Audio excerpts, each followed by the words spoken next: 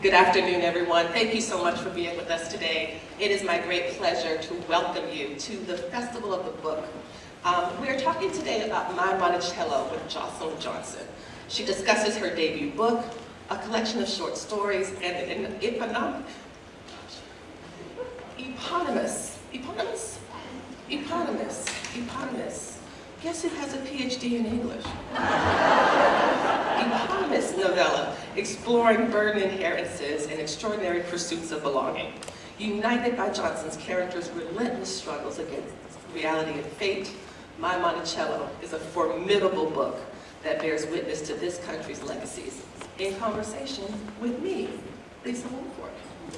And so I'm so happy to be here and welcome you all to this program on behalf of Virginia Humanities, which is the producer of the Virginia Festival of the Book. I'll ask you now to please silence your cell phones. You are welcome to tweet about this event in silence using the hashtag #VSpaceA_Bookfest or hashtag VABook2022. I'd like to thank this event's sponsor, the partner, which is the African American Authors Book Club, and also a special shout out to the Jefferson School for all of the wonderful things that it does. Supporting the festival, this festival is free of charge, but not free of cost. Please support festival programming with a donation by visiting vabook.org. Your support ensures that we may sustain the festival for many more years. There are also evaluations. We care about and value your feedback. So please do complete the information because having that data helps us keep the festival free and operational. You can complete it online at vabook.org/feedback or use the QR code at the back of your program. Just open your phone's camera and just wave it over the code and it'll take you to the evaluation. COVID precautions. To keep all our members of the community safe as possible, please keep your masks on.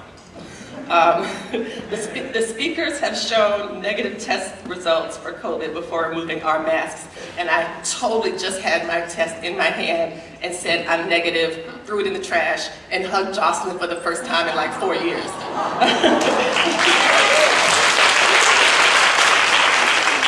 Book sales. Please support festival authors and our local booksellers by purchasing a book today. Authors will be available for signing after the program, and you've already signed quite a few. That's true. Okay, so here we go. A little bit of bio about Jocelyn before we jump into some fantastic questions written by me. Oh wait, but I see them. If anybody has an empty seat, you hold your hand up so the people... Oh, it's like at church. If you have an empty seat next to you, remove all those Bibles. You have to go ahead and sit next to sister. I know you don't like her that much, but remove your Bibles so she can sit there. All right. Thank you. Excellent. All right. Jocelyn Johnson is the author of My Monticello, and she lives in Charlottesville, Virginia, a fellow at Tin House Hedgebrook and the Virginia Center for the Creative Arts. Her writing has appeared in Guernica, The Guardian, Quelly, Joyland, Phoebe, Shenandoah, Prime Number Magazine, and elsewhere. Control Negro. The first story in her debut fiction title was anthologized in a Best American Short Stories of 2018, which was guest edited by Roxane Gay and read live by LeVar Burton as part of PRI's selected short series, where LeVar Burton also narrates the audio version. This book is also on Audible. It's quite beautiful. A veteran public school art teacher. She taught at the school where my kids went, and I was PTO president. Can you believe that? Johnson lives and writes in Charlottesville, Virginia, and I am just delighted to be here. I'm also delighted to be here because people seem to think we look alike, and I just think that's because we're dark-skinned, beautiful, have gray hair, and are smart. Like, that's what I think.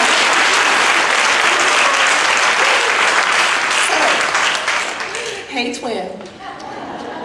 This is so fun already. I just want to listen to Lisa.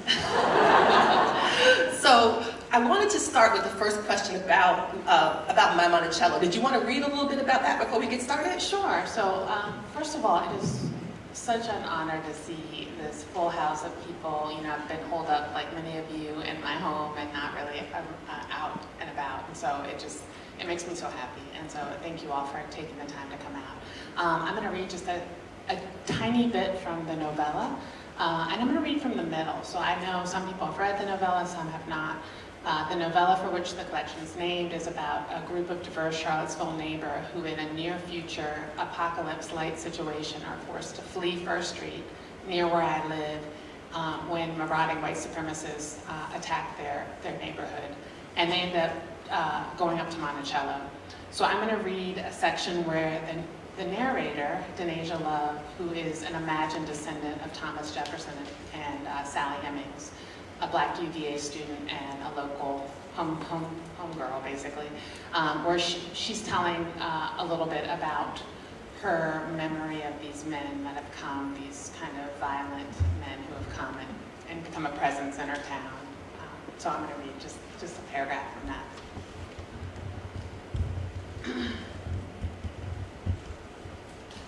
My whole life, it seems, there's been a revival of hatred and violence toward people who look like me. Waves of men have surged into our town from all over the state, the country. As girls, we heard about a young white woman killed by an outraged man who sped a car into a crowd of marchers, raising signs in our defense. Even though my mama warned me not to look, I snuck the video so I could see with my own eyes. The white man's dark car screeches in, sending up a flock of broken bodies. I watched a second time in wonder, as if by careful study the damage might be undone. Weeks later, waiting at the bus stop with Mama, I'd overheard two white ladies going back and forth about it. The lady with the rain scarf nodded at her chin, claimed the recently dead girl had not in truth been killed by any car. The photo in the news was dated, she said, and the dead girl had gotten fat since it was taken. The other lady, who was heavy-set herself with a face like bread dough, bobbed her head. She'd heard the fat dead girl had died of a heart attack in the middle of the protest, right there on that road not far from where we were sitting. I tugged the weary skin of Mama's arm, willing her to set them straight, but Mama just kept looking down Main for a bus that wasn't coming. I took all this to mean the slain girl's lush body was a ticking time bomb. I took it to mean that young women could die of wanting too much. In the years that followed, the men came again and again.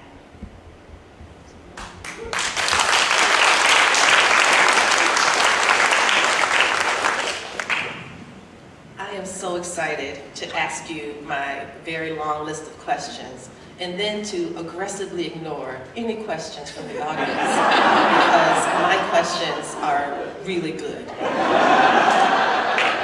Very compelling. To begin, Thomas Jefferson only wrote one book in his whole life, and it was called Notes on the State of Virginia. It was a book that talked about lots of different elements about what it meant to build a state. And so there's a lot of really high, I guess maybe key highlights of racism and white supremacy, especially in Query 14. One of the things I really appreciate about this book, and actually it came to me when I was evaluating some student work. I've assigned this to 3 different classes of students at Monticello. I believe it is a fundamental for any educated person who wants to be a full member of Virginia as a state to read this book. And so I was reading student comments and it led me to this realization. Jefferson wrote notes on the state of Virginia, but Jocelyn Johnson has written notes on the fate of Virginia. I know, good, right? I told you, I'm pretty sure none of y'all have a question that good. So that's my tagline for this book. Whenever I've been praising it, which I've been doing a lot, I say this is notes on the fate of Virginia. But if the novel had a tagline, because no one can use that without quoting me, what would you call it? Do you think it's the note on the fate of Virginia? Do you feel this as a set of inevitabilities? Or is it full, like, imaginative speculation? That's such a good question. I love that tagline. It's really hard to narrow something down, right? So in this story, I was thinking about racial identity. I was thinking about the idea of how racism systemically shapes us. I was thinking about the environment, our infrastructure, and how we take care of those things and what it means to have it be frayed and how that leaves people vulnerable. And I did read Thomas Jefferson's notes on the state of Virginia while I was writing this. I read it. Poor thing. I'm a really bad scholar. I read it on my Kindle kind of at night. And just this, you know, the book is this catalog. There's like a list of the heights of Virginia's mountains and the depths of the valleys, and then there's these kind of, it just kind of goes all over the place. And there's a place where I actually quote it in the book, probably the section that Lisa was talking about, where he's looking, thinking about race, thinking about ethnicity, and I'm going to read just that one little section of the book. I put my glasses on.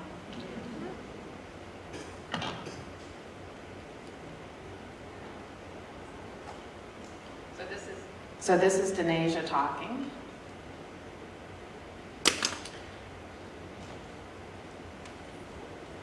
I read some, so she's reading, you know, they're holed up in Monticello, and she's reading in the docent library, which really exists in the basement of Monticello. She's actually reading notes on the state of Virginia. I read some of Jefferson's thoughts on human bondage. Slavery was, quote, a moral depravity, he wrote, brutal to black people and a means to make tyrants of white people. But he also wrote that blacks were inferior to whites in mind and body, that we stank, that we were like children, unable to look after ourselves. And so if slavery was to be ended, former slaves would have to be sent to some far-off place. Freed blacks would have to leave, he concluded, because of the, quote, deep-rooted prejudices of white people and the memory of black people of the wounds they'd sustained at America's hand would produce convulsions which would probably never end, this is him, but in the extermination of one race or the other. So there's this way in which, in the novella, I don't have a tagline for it, but it used to be called, the whole collection used to be called Virginia is Not Your Home, which is the name of the second story in the collection. And so and I actually bring that back into the novella as this idea of who gets to call home, who gets to have this space be centered, this idea that even once, you know, black people were freed, or when enslaved people were freed, there were laws that said you can't be here anymore, this isn't your home, this isn't your space. And to me, this book is a callback. It's kind of a response to this idea that there's never going to be a space for us. It both shows how difficult that can be, right? But it also is this group of diverse neighbors who are deciding, who are claiming this space of Monticello. It's called My Monticello, but the answer to that call is Our Monticello, right? So it's this idea of My Monticello for Denasia Love, this descendant, Our Monticello. How is this going to be broken apart and become a space that different people can claim and inhabit and recast what it means? I love that. Thank you so much. You can clap. That was a good answer.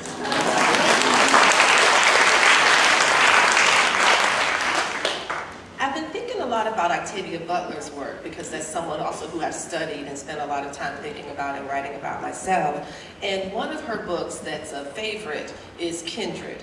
And this is a dystopian, futurist type book. It involves time travel. Butler would describe that book not as science fiction, actually. She never thought about Kindred as science fiction because, as she said, there's no science in it.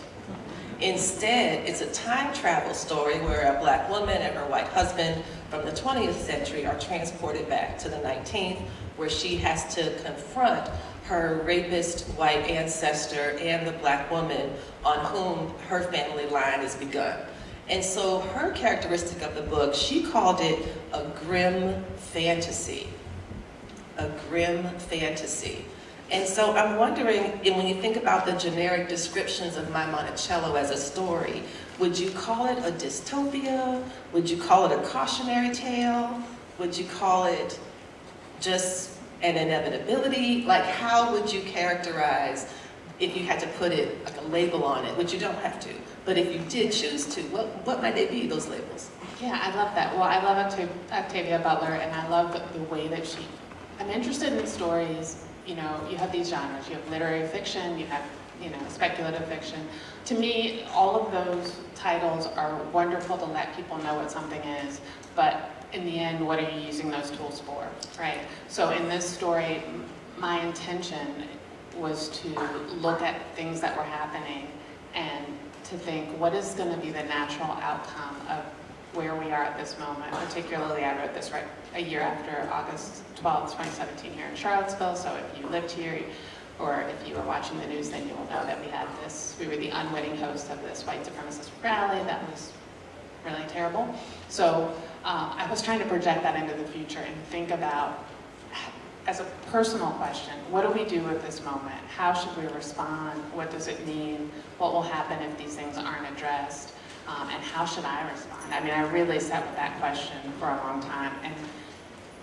And so I think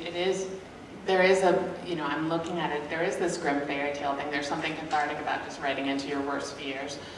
But also, Octavia Butler wrote this really great essay called Rules for Predicting the Future in Essence magazine, I think in the 80s, late 70s or 80s, and she basically talks about how writing into what you think might happen as a cautionary tale is an act of kind of hope, because what you're saying is, look at where we are, let's look at this as a means to maybe do something different or to address it different. If we can see it through the story, if we can project into the future, then we have an opportunity to make different choices.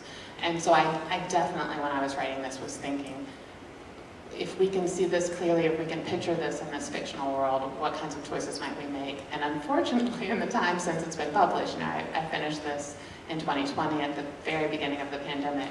We've seen things that have pushed us more to having this feel like it could be real, right? Like storming of the Capitol and so forth. But so yeah, that's what I was thinking about. That's wonderful. Thank you so much. I love that. Excellent. Yes. Bravo. Just know that anytime I pause, y'all should probably clap. Okay. This is a question I'm so excited about because I get to answer part of it myself. So what have been the most surprising questions or outcomes that have come from the novella? And I will start with mine. My first outcome, the first thing I wanted to do after reading my Monticello was to build a bomb-ass disaster survival apocalypse team, a team of people. And I also worked really hard to improve my readiness for such a team by acquiring a sewing machine that works without electricity. Yes, I ended up buying a semi-industrial sewing machine. I love to sew, I'm a big sewist. And this machine operates by hand crank. And so I have this wonderful machine, and now I'm like, everyone's gonna wanna be on my team. Because I have a sewing machine, I'm also very funny and smart. So if we need sarcasm and irony and repaired outfits, that is something that I can provide for my apocalypse team. So I have other resources as well, but that's the one that was more like a direct correlation between, reading your story and trying to get ready for the future we don't want to happen. What have been some other, have other people come to you and say, oh my gosh, now I've started to do blank because I read this story, or I want to grow more heirloom foods myself, or something like that? Oh, that's so funny. Well, first of all, I want to be on your team. Yay. Dibs. There's a story in the collection called Buying a House Ahead of the Apocalypse, which is in the form of a list, and I would say this is the story that's closest to my own way of being, even though I'm not the character and those things haven't happened to me, that happened to her. But it's kind of this list of how do you prepare for a future when the future seems to be falling apart, right? And I think a lot of people had that feeling, and that was written before the pandemic. Already that feeling was in the world, right? So there's this single mom who's about to turn 40, is trying to afford a house, but she's also wants a gravity-fed spring, and she would want Lisa over there. She's thinking of how she's going to feed herself, clothe her daughter, but she's also thinking about how she can have basically a hairstyle that will last her into the apocalypse and so forth. At any rate. And so I think it's this very human moment, right, where we're trying to balance these two things. As far as responses, I don't think it's anything dramatic, but it's just, well, first of all, if you're a writer out there, you know this, it's hard to get people to care at all. And so the fact that people especially with a novella, identify with characters and felt moved by them at all is like crazy, lovely, and wonderful. And I think that's really, it's just surprising. You just never know. You never know how something you make is going to affect someone. So that's been really wonderful. There's been, my parents are my neighbors now. They've moved into like the new neighborhood right next to mine. And so they, their whole street has basically read the book mostly. So like I'm like walking my dog down First Street and like we have really bad dogs. We have 2 really, really bad dogs, and like someone will pull up and be like, I'm listening to the audiobook, and like my parents' neighbor, this older white man, was like, I read the end like 10 times of the novella.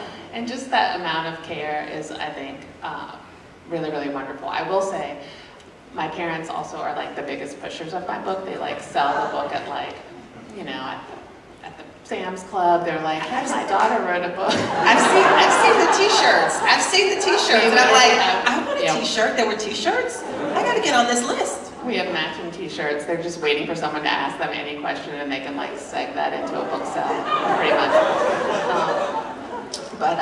But they told one of their financial people about the story Control Negro, which is a different story. And he read it. He actually read it, and he called them this younger than that white man who does finances, who had expressed like, well, Trump's not so bad in the sense that it's good for your finances, basically. And my parents are like, F my finances. Like, we want to live in the world, right? But anyway, he called them and he said, there's a convention in the story of these average Caucasian males, right, this idea, and he called them and said, am I an ACM? Oh my God. Yes. But I think there's a real value in the way that I write the stories is hopefully humane in the sense that it's not that he would come to that question as a question of actual real reflection and not of shame, because we all are everything. We all have, I'm as capable of harm as anyone. And if you're in a system that really rewards harm in whatever group you happen to be in at that moment, you may move out of that group, but you may be in a space where you're in that, and it takes reflection, and it takes real care to make different choices. So, thank you so much. That's beautiful. You need more applause. We should record this so we can get more applause into your life regularly. I have a question. I started walking, not as regularly as I would like, with Prolific. It's a fantastic running organization. Hopefully folks in the city know about it. Shout out to Prolific, they're fantastic. And part of the walking route is walking along First Street, walking. And so it feels like in some ways that the novella is like a walking tour or a tour of Charlottesville.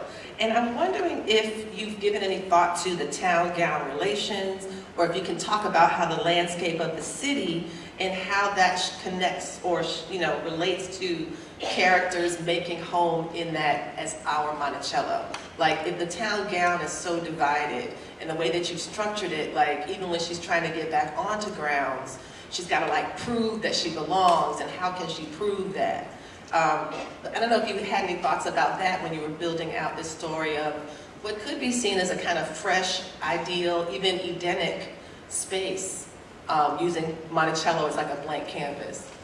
yeah, I mean, what was fun about writing this book, even though, especially the novella is pretty dark, but what was kind of fun about it was I was really mining like my actual path of the day, right? So I live right adjacent to First Street. I've lived there for over 20 years, and so it's where I walk my dogs and where I see students. I was a public school art teacher for 20 years, so I would see students from Jackson Via and their families, and I would, push the stroller when my kid was little and so forth. So using that space, as well as going to Monticello, right? So that's a place I've been over those 20 years. I've taken my enormous family reunion that came here once when my son was like 6. We went up to Monticello with like matching t-shirts and like with both interest, but also like the eye rolls, as a Black Southern family going to this space that was a plantation way before they were mentioning slavery in the way that they are now. So there's this way in which all those,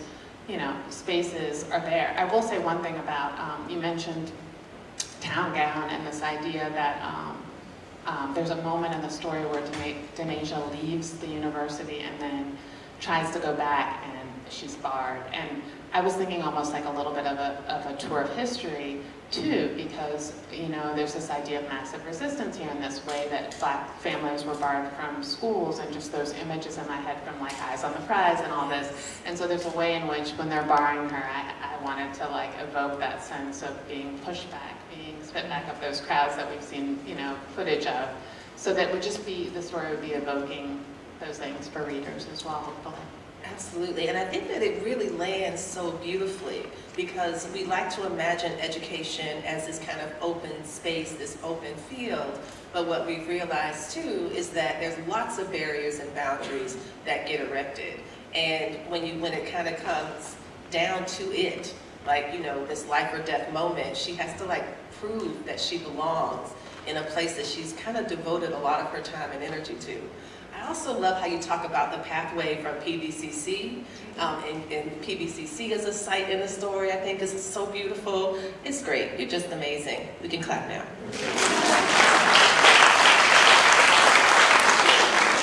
I wanted to see if you wanted to share a little bit about Netflix, because I've been telling everybody that I know famous people, and it's you. And since Netflix has acquired my Monticello, and like, if you can talk about that and what that would be like, it's not a secret. Y'all should have read it. It was in the Times. So, what is that like? Like, how is that? And what does it mean to let this work live in another way? Like, you had to agree to that when LeVar Burton narrated the story. You had to agree to that when it became an audio version, when it was going to be read by various narrators, and now to be adapted for screen. What is that process like for you as a writer to feel like I have it the way I want it right here, and now do you just let it go and say, okay, now it's someone else's turn, or how do you do that? It's awesome. We can clap again. Yes. What I mean is, well, first of all, what's really nice is that I sold this book. I've been writing for many, many years, like a lot of years, like seriously writing. I had other book-length projects out with agents, and I had realized, like when my second book-length project went out with an agent and didn't find a publisher, that there was no guarantee that any book, it wasn't a bad book, you know? I felt that there was no guarantee. And so by the time I got to this project, there was this way in which I was like, what is there to lose? I'm gonna make the thing I want. I had a different sense of intention. I recognized that publishing a book wouldn't change my life in certain ways. Like, I'm already settled, I have my family, I have the things I need. And so there was a freedom in that, and that allowed me to make the book I want. And then it so far exceeded my expectations as far as the reception from you know, my publisher, and like Netflix wasn't even on my radar. Like, I didn't even think of that. And so it was like during the pandemic when I sold the book. Nowadays, I have to say, a lot more things are adapted because there's so much more space for content, right? So they're always looking for content, so it's a little bit more a part of the process of writing a book, if it's a visual book or if it's a book people can see as a movie. So I was on the Zoom with all these fancy people in our house, like in my pandemic, like, you know, sweatpants and then like a nice shirt. Absolutely. With our dogs, like trying not to have our dogs bark and so forth, talking to like people in California and Hollywood, doing all this stuff. And it was really neat. It's really neat to see people be interested in your story. And I think there's something really wonderful too about knowing that it's going to be a different thing and seeing what people come up with. So right now it's the screenplay is being written by a person named Brian Parker, who I got to meet when he came to Monticello, and they gave him the special tour. I never got the special tour. He got to go there like all day and go privately in the rooms. I just went on the regular tours with like my notebook, and I paid for the upstairs one once, you know, the fancy one. I like put all my characters in rooms and like drew little pictures of where, like, I was like, oh, a room with 2 beds. The twins will of course be there, and like all that. But you know, I was telling the African American book club, who were nice enough to take me to lunch this morning about this, but about how he has his own language around the book. So we like talking on the phone. He's asking, and he's like, the blues. And I'm like, who are the blues? She's like, the white supremacists. They have the blue armbands. I call them the blues. So there's this way in which like someone else is taking this world that you've made and creating like more of a world around it.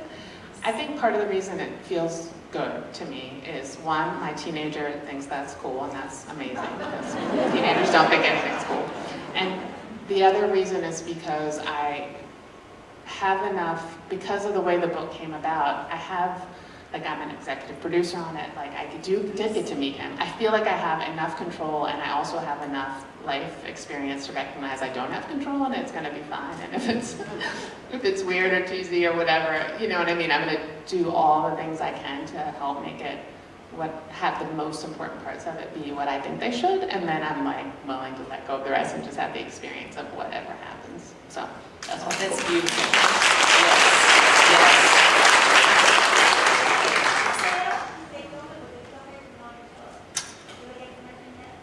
That's what she said. Will they film it in Monticello? I wish them luck with that.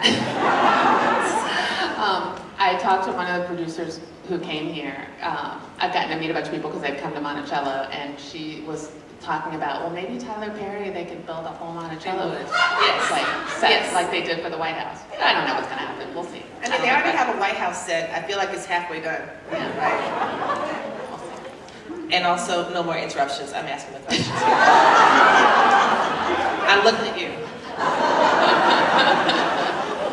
So, speaking of folks making meaning out of the work beyond what you've written on the page, I want to turn to Control Negro now, because that's a story that I think has been really important that I've been sharing with my own students, many of whom were not at UVA at the time of this initial event that precipitated it. And so did you want to read a little bit to contextualize before we turn there? I'll just read super quick. Control Negro is a story, for those of you who might not have read it, of Professor Cornelius Adams, who is a black professor who basically wants to test America's promise of life and liberty for all. And the way that he goes about this, I call him a Frankenstein-like professor, is to, he has a son who doesn't know he's the father, and he basically is watching his son's life in comparison to these ACMs that I mentioned, these average American Caucasian males, and seeing if his son is perfect enough, or if he is groomed in such a way, can he get the privilege that these other students have, can he have it? So I'm just going to read a little bit from the middle of that story.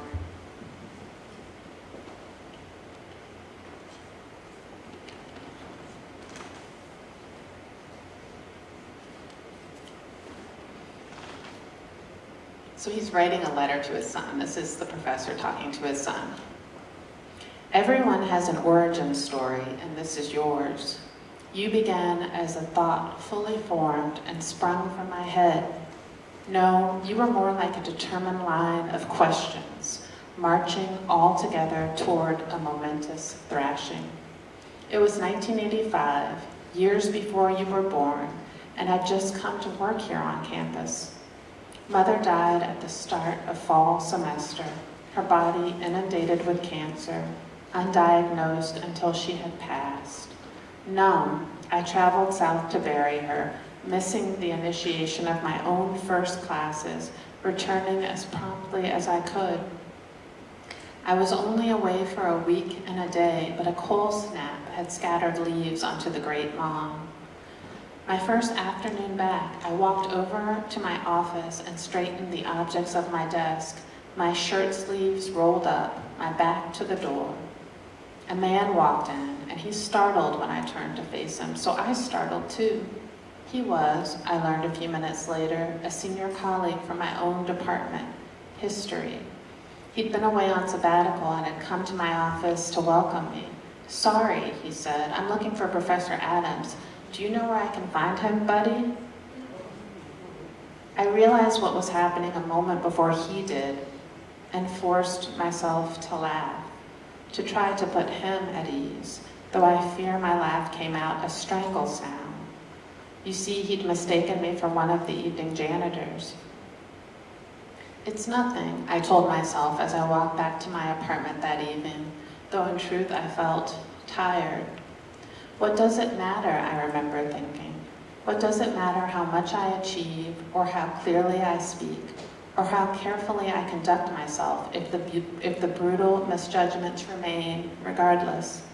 What if, even here, they cannot bring themselves to see me, and instead see something oblique reflected where I thought I stood?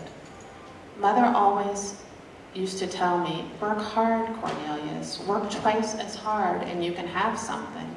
But there I was, a grown man, wondering what it was I could have and what would be forever withheld. What I needed, it occurred to me then, was to watch another man's life unfold, a black boy, not unlike me, but better than me.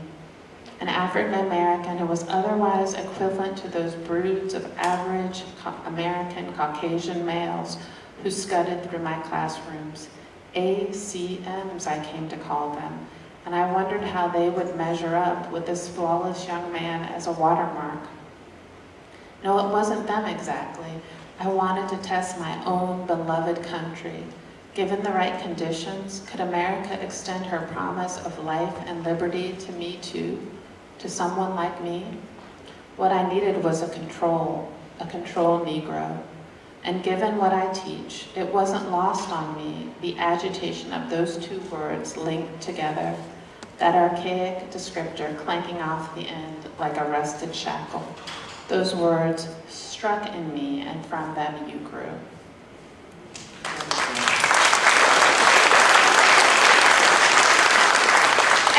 See if any of my students happen to be here today. Oh, good. Hi, I think that's David and Emily. It's so hard. You know what's weird? I've been teaching in person for like a year now, and it's wonderful because it's nice to be in space and proximity, but with masks, you don't see their whole faces. And then I've been teaching on Zoom for quite a while, and then when I see people in real, it's like, I don't know who you are. Like it's this constant guessing game for like facial recognition, but they're awesome. And so these are the students that I'm referring to, but I can't say, well maybe y'all can say, maybe later. Don't interrupt, like.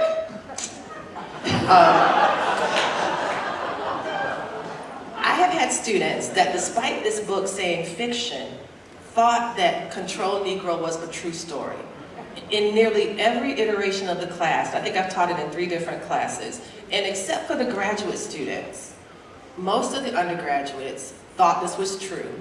They were very upset at Professor Cornelius. They wanted to write to the review board that does studies, and they were like, this is not allowed. Shouldn't there be some kind of consent for human experimentation? The university should never stand behind such research.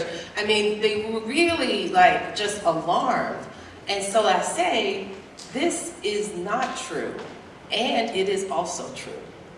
And so they're not familiar with Martise Johnson and the attack on this student, and his refrain, I go to UVA. And I go to UVA being what some people have described as a rhetorical talisman. That if you can say I go to UVA, that will put you in a separate category, right? And so I'm wondering, like your thought process of creating what it means to create an unassailable black boy, when black boys and black girls and black children are adultified. When something terrible happens, the child, the person, is often put on trial, even if they are dead, and especially so. It seems as though so much of American justice, how it works in the courts or even in citizen imagination, seems to align itself around making it okay to dispose of black people no matter what. Whether you are a faculty member in an office when they think you shouldn't be there but to clean, or if you are a student with a backpack and they think you've stolen it from the library instead of going to study. I'm wondering like what it meant for you to sit down with those kind of really intimate details of racial exploitation and to craft something that kind of makes things that are unsensible, sensible. Yeah, when you even quoted Martise Johnson, so I did write that story after a UVA student was bloodied by law enforcement in 2015. Before George Floyd, after Trayvon Martin, in this long line, this long tradition. But when you said, but I go to UVA, for me, the story was born in that moment, this idea, I don't watch those kind of videos, but I actually did watch that video in the middle of writing that story. And you can see that in the writing of the story. Yeah, there's so many things there. One is just, there's an impossibility of being, of creating a child that is so perfect that they won't, be vulnerable to these harms, because these harms are beyond that. And what's more, in the story, it's illustrated that these ACMs that the professor is watching and studying, this group of 25 average American Caucasian males, they're not bad people, but they're not perfect. And they're allowed, there's a way in which he says, on balance, their decency, allows them to be buoyed into the future. There's a way we look to what's good about them. And why not that for his son too? And why not that for everyone? Well, it's a function of, racism and systemic racism that the reflex is to blame this person, right? The victim of the situation. Yeah, it's just, and there's a harm to, just as a parent of a Black teenager, of a son, there's a harm in even trying to explain that you might not be safe, or that you should have to do a certain thing to try to be safe.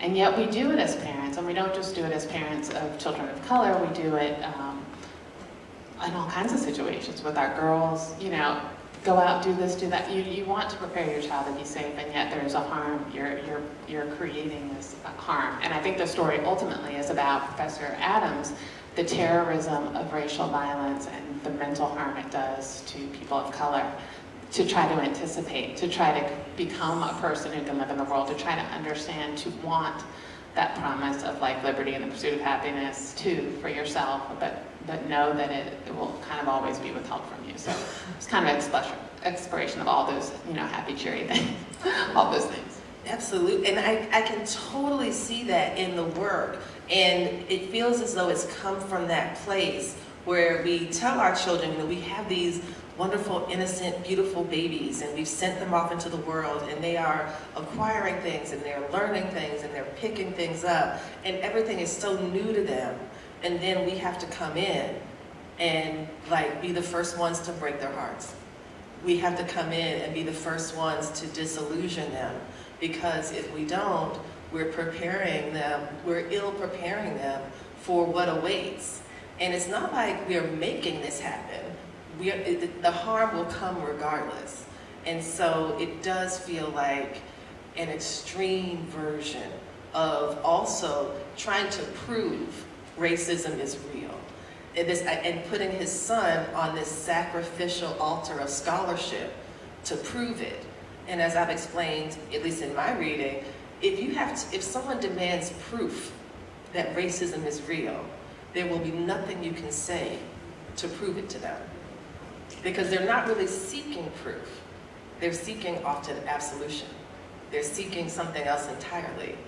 They don't need to be persuaded, And so I just thought that was really beautiful. I want to ask one last question before I open it up to the audience and their questions of that aren't going to be as good as mine. But I told y'all that already. But you can try. Google some stuff, take some notes. I see some people writing. I'm looking forward to it. Right now, we are dealing with attacks on Black history and Black experience in K-12 schooling. Do you imagine My Monticello would be a book that they would ban? How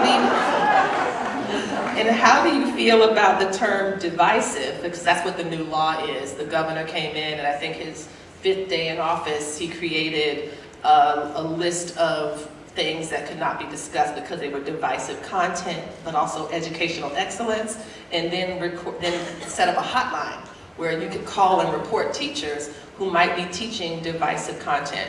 And divisive, as we all know, really means things that make white people uncomfortable. That is what divisive means. Things that make white people uncomfortable. So where do you think your book would stand in the list of the governors, in the hands of the governors and our current Secretary of Education?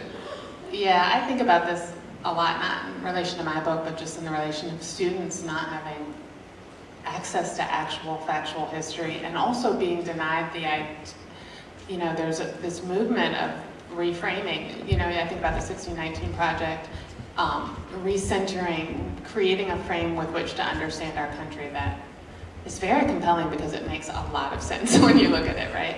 And I think there's an irony in it because, well, two things. One is when you put a story in front of a young person who's reading and they're with the protagonist. So I think that students, it's not just what makes white people uncomfortable, but it's what makes people in power uncomfortable, because I think the actuality is that it creates empathy. It's not divisive. What they don't want is for people to come together. What they don't want is for children to say, oh, I understand now why this is the way, for white children in particular. Because black children already are learning these lessons sometimes, not always, but often they have access, and they definitely know the experience of feeling it, right? So they don't want those groups of children of color, white children and black children, to have a story that makes sense of what they're actually experiencing and brings them together against that. So it's literally doublespeak. I mean, it's the opposite of what's being said.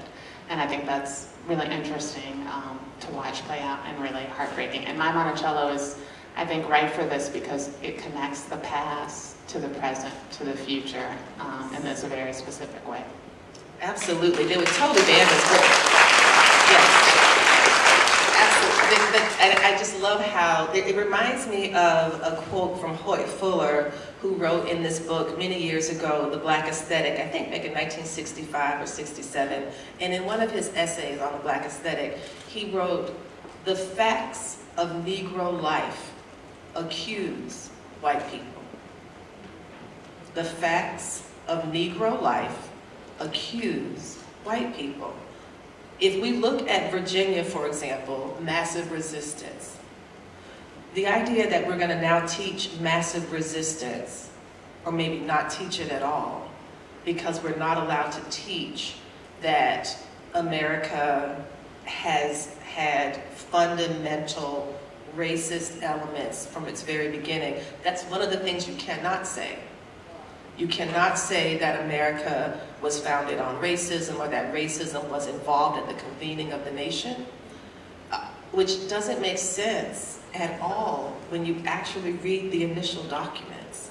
And so what I like to think is that they're really poorly preparing young people for sitting in university classrooms, because they're going to be really shocked, or like they're banning mouse, because apparently you're supposed to now teach two sides of the Holocaust. Like, I don't understand how this is going to move us forward as a nation or build toward accountability. They don't want to move forward. They don't want to have accountability. You know, that's kind of the trick of it, but yeah. So distressing. I'm so glad I'm building a really good apocalypse team. It's quite strong. We've got about 10 minutes. I think we're going to be seeing a sign soon. I'm just kidding. I would really love to hear your questions, or Jocelyn would definitely love to hear your questions. So if you have questions or comments or things that you might have thought of during the course of our conversation, we'd really be glad to hear them.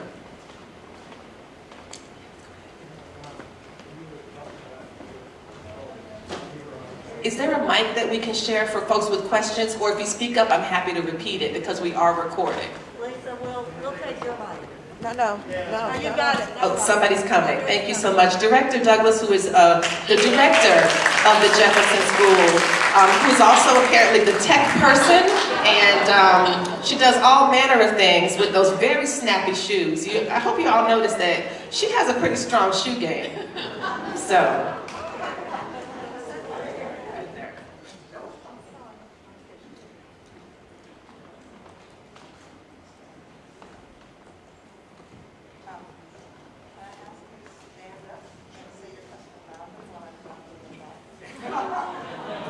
Okay. You got it.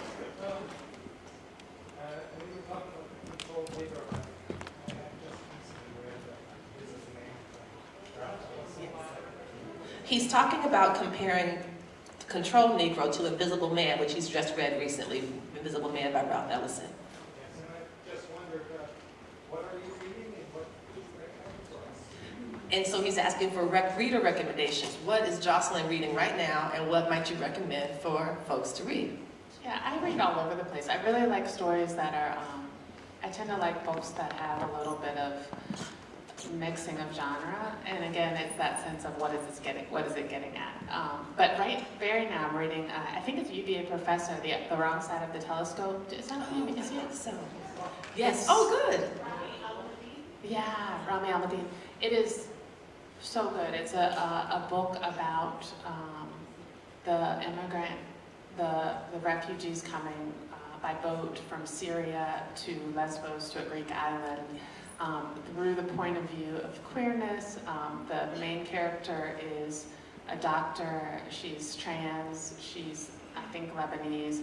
But it's just a window into the world, and it upends this idea, you know, we all have stereotypes and we all have stories that we tell, and it has the story we think of, these people coming in a refuge in a boat. That's a story we may have seen in the news, but it also has all these other stories, and it just complicates the region. It's really, really good. I would recommend it. It has a lot of humor in it. It just has a lot of interesting things in it. I'm also reading, I was right now I'm reading because I can never think of it right at the moment, but the writer that was here right before me, Taylor Harris, This Boy We Made, she is actually, we're in a writer group together. She's awesome. She's really wonderful. funny. She's wonderful. And She was my neighbor. She lived down the street. I used to make her cake, and I taught her husband at UVA. Carl was my student. Can you believe that? Yes. I know, right? You I look look ageless. amazing. You look amazing. Aren't we though? well, I You know what they say. I did not teach her husband, Paul, but I did teach this boy. I taught Tov's her son, and when he was in preschool for several years through second grade, so I would really recommend that. I'd also recommend, I see Henry Hoke out there. He's the author of Sticker, which is a book that actually, the proceeds of which are benefiting the Jefferson Center, and it's these, if you are a child of the 80s as I am, it has these great, just each essay is around a kind of sticker, right? So, you know, I had like the book with the puffy stickers, I had like a catalog, anyway. Did you have a trapper keeper? I did have a trapper keeper. We could have been friends then. We could have absolutely been friends. Because trapper keepers for life. It has a bunch of really slant stories of Charlottesville before I was here, which I thought was really interesting and just personal and the political kind of coming together. Yeah, those are some I'll put out there. Those are a few books. I love Octavia Butler. I love Charles Hughes, great writer. I love short story writers like Danielle Evans, who just beautiful, like contemporary fiction that gets at really big ideas. Jamal Brinkley is another one. Lucky Man. That's a really great collection. I love stories and short stories. So there's a few things. It's wonderful. Those are lovely recommendations. I see your hand. Oh, there we go. We got it. Hi, Jocelyn. Hi. By the way, she's a wonderful art teacher. Yes. Wonderful art teacher. I had the great good fortune to be a guidance counselor early when Jocelyn was our art teacher, and I hated when you left. But anyway, would you share with everybody what your next writing adventure is going to be about? Yeah, so my editor laughed because when I sold my first book, they bought a second book, but I didn't have a second book written yet. They just bought it and now which sounded really cool in some ways, but also there's like a lot of pressure. So at some point, I had an interview during my first book, and they're like, "Are you writing a second book?" And I said, "Well, apparently I am, because I'm under contract too." And my editor immediately texted me and was just laughing, lots of laughing emojis. But yes, I am working on something else. You know, there's a way in which for me writing is just like a joy and artful, right? So I just want to write about what I'm feeling, and there can be a way in which you have to write. There's a job to it. But the world, there's to me the moment we're in from an environmental moment and how it relates to me, it's the same thing as racism.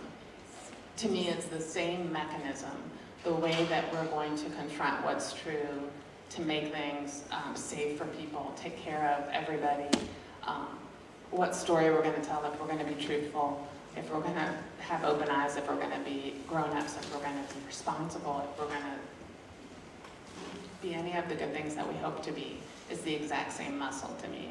And so that's what I'm thinking about. And I'm really thinking about how the things I see in the world that are such damaging forces, when I see the way that, you know, stories can compel people to do bad, think QAnon or a former president, how could those things be used and pointed and directed to make people do good.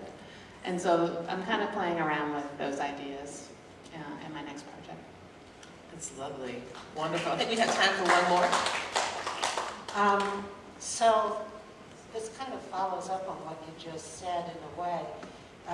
Many of the things you've talked about from my Monticello and also what you're talking about now are kind of ripped from the headlines. You know, this is the world we're in, even if this is speculative future. But you've chosen to write about them through fiction rather than to write, say, essays or, you know, a book about what we should do or anti-racism. And I wondered about that choice and why you value fiction as the way to approach these facts.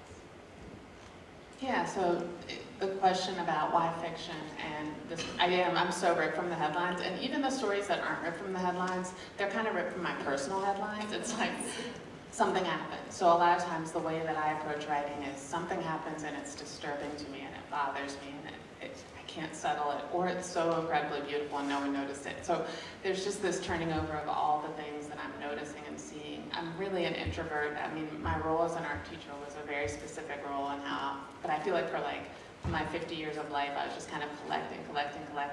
And then these stories are a place that I'm pretty cheerful in my art teacher role and I'm pretty easygoing in life, but I'm noticing all these things and thinking, how do we deal with these really, really important things? And so there's a way that I'm doing that. I'm thinking about in my fiction, not necessarily answering the questions, but asking the questions and just playing around with it. I really like fiction. I think fiction is a lie that tells the truth, right? So or it can be used that way. I don't think it always is, but it can be. And so for me, fiction is just a place where we can be with people, and there's not an easy answer. There's not a point of the essay. There's not like this is the thesis of this. It's more just we're in it and we're human people and we want things. We want nice hair in the apocalypse and we want to have do you know what I mean? We want to eat well and we want our daughter to be good, and we recognize that we have to change and make sacrifices. And I think it's a place where you can put really complicated things side by side, and that's appealing to me. Wonderful. And on that note, we want to thank you so much, Jocelyn, for this wonderful conversation. Thank you so much.